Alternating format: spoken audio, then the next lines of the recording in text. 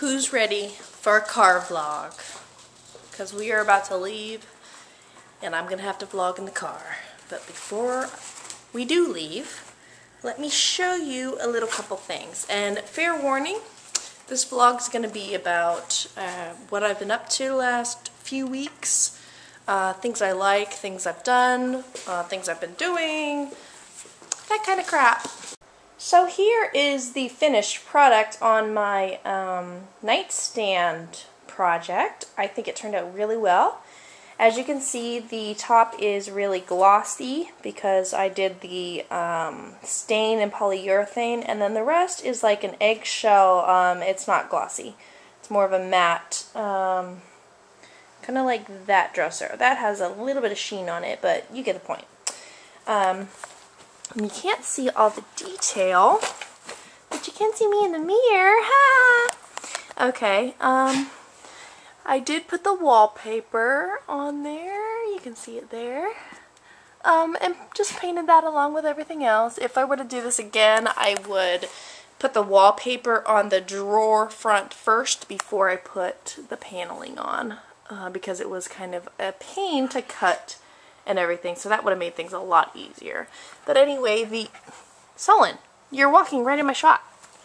So anyway, the wallpaper goes down every drawer, and then of course I did just the one knobs all the way down. And also, had I known that I was going to do the wallpaper, it would have saved me time filling the other holes for the drawer pulls that were already in there.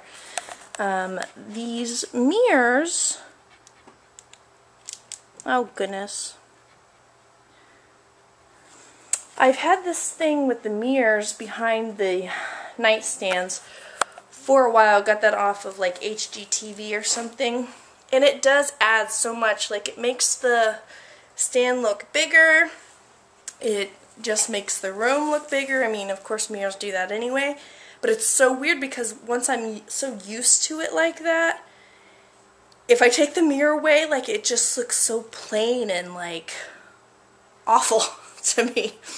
But anyway, and the lamp I got at Ross, I think, a long time ago for like 35 bucks, and the shade was like $5, and it's really cheap. I want to get some new frames.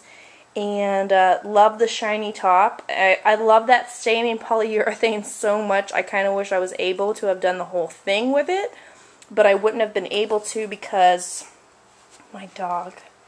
Because this molding at the bottom, that was already painted white, or already treated white, or whatever.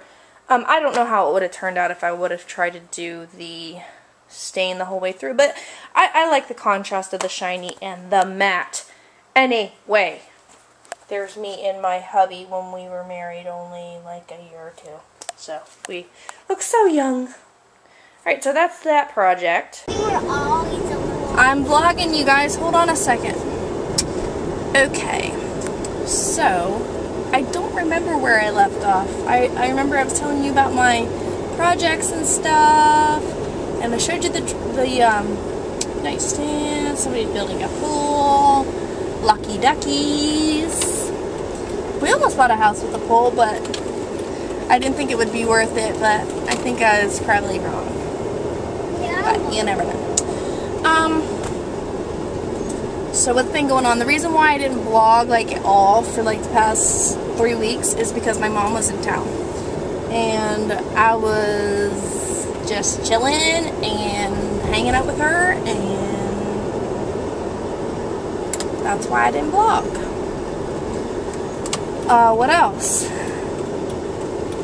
I actually ate better when she was here than I did when she's not here. Hold on, I gotta get my sunglasses.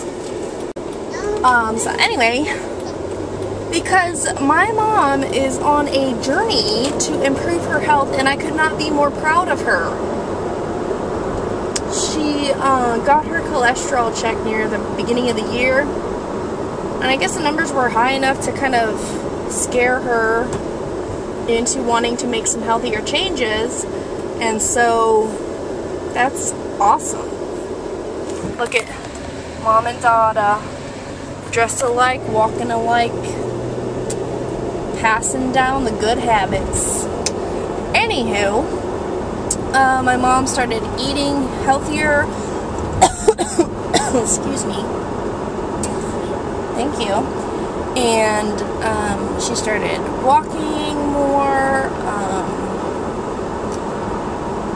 What else? Started counting her calories, like keeping an eye on her cholesterol, everything, and keeping an eye on her sugars. I mean, awesome. So I'm like really super proud of her for that. And so because she was trying to be good, even though she was on vacation, you know, I was trying to be good. I wasn't trying to be good, but I was kind of forced to be good too, because it wasn't like, oh, Mom, you want to go to McDonald's? Oh, Mom, you want to go out to the Japanese place? You know, plus money is an object. So we're all on a budget. So anyway, I ate better while she was here than I had been, because I got into a really horrible habit of eating out like almost every day and not cooking. It's so funny how one thing leads to another like that, you know? It's like when you feel down or you feel depressed, you feel lazy, then your house goes to crap. And when, girls, please. And when your house goes to crap, it's not clean, you don't feel like cooking in a dirty kitchen, so then you go out to eat, and then you feel bad because the food makes you feel bad, and because it makes you feel bad about yourself that you ate junk food, and that you spent money on food that you shouldn't have because you have plenty of nice groceries at home. And then so you feel bad, so then you don't clean your house.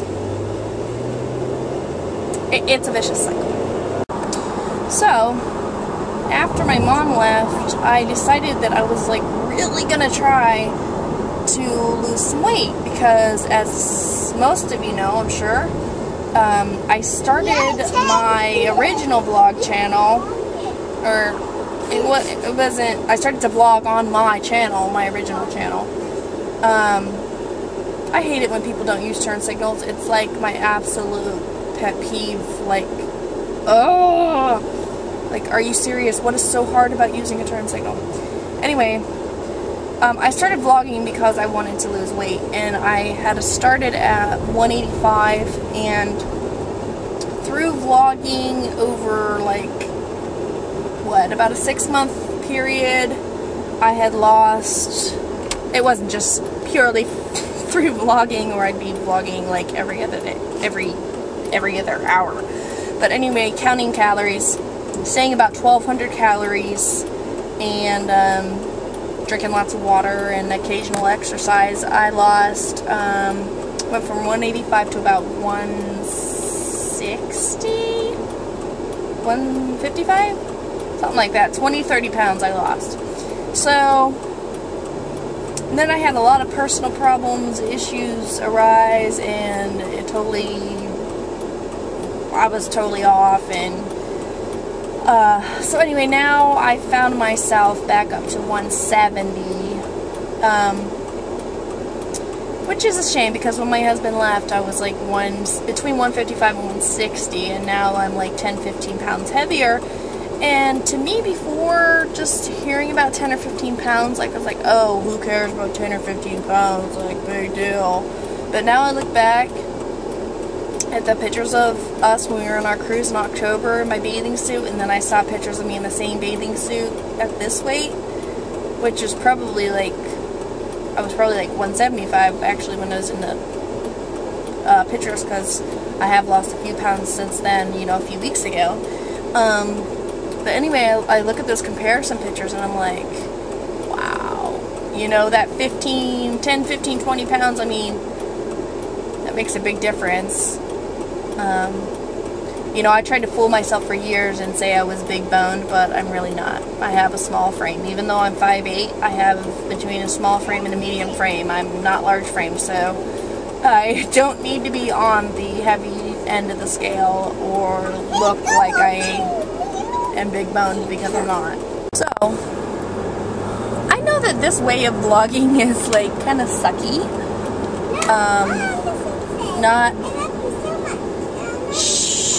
not being able to see my eyes, and I'm not really totally engaging you and everything, and I'm really sorry. I just want to catch you guys up, and then I'll try to do better, okay? So, sorry. Anyway, do you guys know how to test whether you are big boned or small boned? Large frame, medium frame, small frame?